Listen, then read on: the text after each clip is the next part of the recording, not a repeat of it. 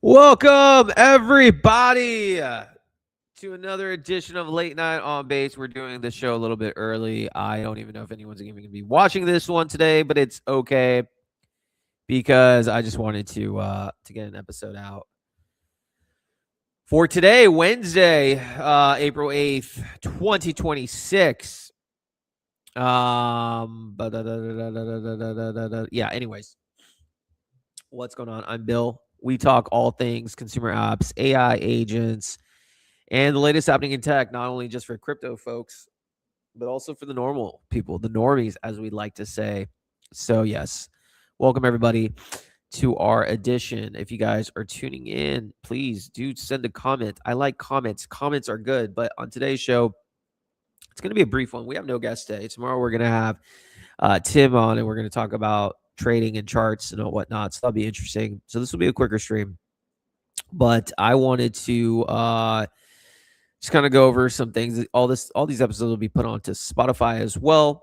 And so today's total 72K Bitcoin AI agents are here, and the stablecoin green light. So in case of you guys, Kieran, what's up? Based, my friend, Minecraft. We got a party, dude. If you want to come on, please do. Kieran is absolutely based. We haven't been able, again, a crack dev, a really crack dev. We haven't been able to stream together, man, because of our schedules, but I would love to. So if you want to come on, please do. You're welcome anytime. So, anyways, today, actually a few different things that I thought was interesting, especially is this. The New York Times. Where is this? I can't wait till I get like a new image for my streams and all sorts of shit. Gotta level up, bro. Anyways, I thought this was interesting. Bitcoin's founder Satoshi Nakamoto has remained hidden for 17 years, a trail of clues and a year of digging by our reporter John Kerry, who led us to a 55-year-old computer scientist in El Salvador named Adam Beck. So the New York Times is thinking Adam Beck is Satoshi. I don't really know necessarily what's what it is. I know Adam's name's been thrown out there a lot over the years. I know Hal Finney has been thrown out a lot, but a lot of people really do think it's Adam Beck. But a lot of people also think like no. And so Richard Hart's saying you guys are truly low IQ. I've met Adam Beck a couple times, and I have to tell you that he was truly was broke and upset about being broke because Bitcoin became a success without him. I met him in person at 2 conferences in Amsterdam in 2013 earlier. The man has been chasing the regret of missing out on Bitcoin. I mined Bitcoin for free in 2011. But other people are saying a lot of signs point to Beck. The writer of the white paper was English. Also, that he's double spaces like Beck. Maybe he's mad because he committed to the bit and is technically poor since he's not allowed to touch his coins. Other people are saying maybe he was pretending to be broke. I don't know. It's a very interesting thing. So if you're into crypto, is Adam Beck Satoshi Nakamoto? I don't know. I don't think anyone will truly know. I think there's a lot of people out there who think it's a bunch of people that are Satoshi, but Hal Finney, it could be one as well. Hal Finney passed away many years ago as well. But the case could be made for Adam Beck, and that is what the New York Times is saying. Yeah, bro, we got to stream, man. We got to. Yo, Kieran, now that TPPN got, that 100 million bag, bro, it's time to lock in. It's time to lock in. Your boy Bill is taking this very seriously now. Like, last year was cool. It was a warm-up. So I've been in this game for a while. 2024, I was just podcast, memes, whatever. I was just like, please, sir, come on my show, sir. It was cool. Got experience doing podcasts, but then I started live streaming at the end of 2024, and it really went well in 2025 with the whole Zora explosion. So live streaming started being cool, and I thought it was dope, but I was still really just talking about memes and crypto. And, when the bear market hits, there's only so much you can do. And then you realize, oh shit, like there's a whole world. If you can tap into the normie world, the sky's the limit. And TPPN did that. And like all that show is about, I mean, it shouldn't say all that show. It's a great show. It's talking about VCs, insider deals, whatever. So we're going to, like I said, I'm going to change this a little bit so the normal people understand what's going on in crypto and tech and AI. because it's coming for you. It's coming for you, and someone's got to explain it. Why not me? All right, so that is the news of the day for that. Let's see. What else? All right. So a couple of other things today, and we're going to talk about also the one of the things that we're going to be doing on our show is we're going to produce a new segment. It's going to be called App of the Day. And I think every episode that we talk about, we're going to just go over a consumer app that someone's created, because the innovations in AI are just absolutely crazy. Everyone can be a builder now. Everyone can create whatever they want. And people are producing some amazing shit, man. Absolutely amazing stuff. So we are going to do a segment only on our show, Late on the Base, the app of the day, where I'm just going to go and look at random apps and choose one. And we'll see. All right, so that was that. Number two news of the day: Bitcoin spiked 72K after Trump-Iran ceasefire. The crypto markets, especially, kind of popped last night or yesterday with the 2-week grace period. And the markets are looking good. And actually, one sector in particular that's looking good is AI agents.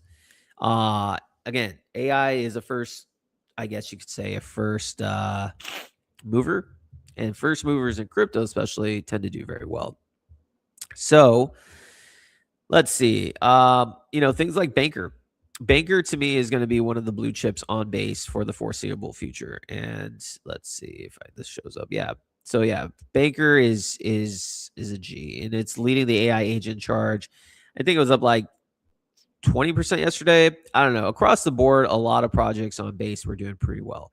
And for those that come from a non-crypto world, base is incubated by Coinbase, so it's their baby. And Base has made a huge push towards becoming the dominant force in the AI agent sector. All things AI, robotics, AI. The builders are coming to Base. And Banker is the infrastructure play that's allowing these agents to operate on Base. So it's an infrastructure play, loyal community. And so my thinking is, when Banker does pretty well, it's a sign of like that's the sector that's going to run. So we'll see. Nothing I say is financial advice. I just think that after the news of yesterday, after yesterday's news about the ceasefire, they the market started to pump. So now your question is, all right, people are a little bit more risk on, but it could be just a test pump or fake pump. What is it called? Bull market, bull fake out. I don't know, something. So keep an eye on that. But everything just depends on the conflict and the war. If the war starts breaking out and worse things happen, then guess what? Like, all risk on assets are going to go down terribly. But we want peace, and if we get that, then the markets can stabilize. But it's too early to tell. And the last thing is, the White House just gave stablecoins a green light. What happened? The White House CEA report says stablecoin yield products don't threaten banks, undercutting the main argument against them. Why this matters: it clears political air for the Genius Act. Yield-bearing stablecoins, basically a savings account on-chain, could be coming to everyone. So, the government just admitted stablecoins aren't the enemy. If the Genius Act passes, that's good for our bags. So check it out. So anyways, that's basically the news of the day. Pretty much everything comes down to this war. Iran's demanding Bitcoin for the Strait of Hormuz passage is very interesting, showing that crypto is actually utilized on the world scale. So there is use case. Crypto's in the limelight. Price might not be reflecting that, but crypto's here. Everyone wanted institutions to buy in, sovereign funds. Well, guess what? Now it's here. So that is the news today. All right, so now let's look at. Let me see here. Now let's look at let's look at an app of the day. Well, first of all, some cool stuff. I like to highlight, because my feed is very much about AI. Very much like AI. Hold on a second. Let's see. Some people are doing some really cool stuff. Let's see. Like, for instance, let's just show this.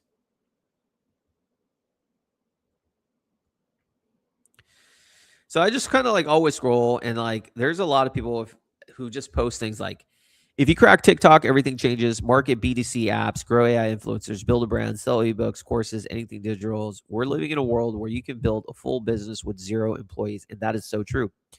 You can build something with 0 employees, and that is the age of AI. That is now where, people are making software 24K a month, 15K users, 5K a month. AI is the new tech guy founder. I like this guy actually, Ashen. He just shows like, how I completely automated my iOS apps TikTok account with OpenClaw. Let's actually see this real quick, because I find this kind of interesting. So my vibe coded iOS app has 100 downloads and 1,000 likes on TikTok, done fully by my OpenClaw Midir. I haven't done anything manual to help in 5 days, and I have my entire 3 posts a day for April already scheduled. I'm sure you've seen crazy success stories from apps that do these TikTok slideshow marketing automations that have thousands of downloads. I'm not here to brag about my success. I'm here to show you how to actually start doing this and go from 0 downloads to 100. So listen, this is a person who uses OpenClaw to automate and figure out how to get success on TikTok. That's your new marketing like hire, your agent, OpenClaw Hermes. And that is just insane to me. Look at that. 5.6 million views, 7.2 million views, 4.9 million. Every single post was 100% entirely with Real Farm automations, Real Farm's highest viewed TikTok page. Insane. I don't even know. Like, there's just so much things. Like, you can just read about it. I'm not going to explain what it is, but that is just showing you that people are utilizing these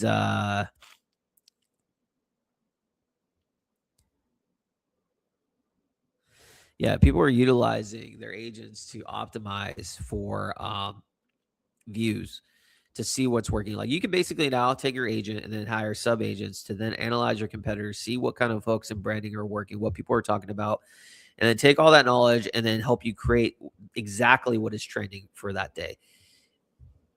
Insane. And so people are doing this. This person came up with a strategy: don't post a TikTok right away. You need to post a draft with the API and then press the publish button on a device. Accounts do seem recoverable. It's just massively sets you back. Okay, so like, yeah, it's just kind of cool to see everything in action. And we're going to actually start utilizing, we have an agent. His name's Teddy. He's also the executive producer of the show. And Teddy will also be kind of helping me figure out the best strategy for marketing and whatnot. So, yeah. I always love these type of things. Last cycle bought sold at $20 and sold at $250. Retired off that trade. Not gonna lie, tough act to follow. Pretty crazy, man. That, man, must be nice. Must be nice to have this kind of cash, but good for him. 30 million sold, exit. Damn, very, very cool. I digress. But anyways, yeah. So last thing is app of the day. Let's see, what is the app of the day? Let's actually just look. Oh, wow. Kalshi just gave Bitcoin has a 40% chance to hit 100,000 this year, 7% chance it happens before June. Okay. Who knows? Who knows what is going on? But listen, I think we're gonna just kind of end things here. I just want to get on the stream, talk to you about the Bitcoin agents. Okay, we're here. Stablecoin green light. I also like this too. HubSpot acquires Futurepedia and 2 other YouTube channels. That's based, man. That is absolutely based. I've been saying this for a while, but if you're doing anything in media, you're going to have a good time. Congrats. That's sick. Good for them. Education's coming. You just need to teach people what's going on with AI. Very, very cool.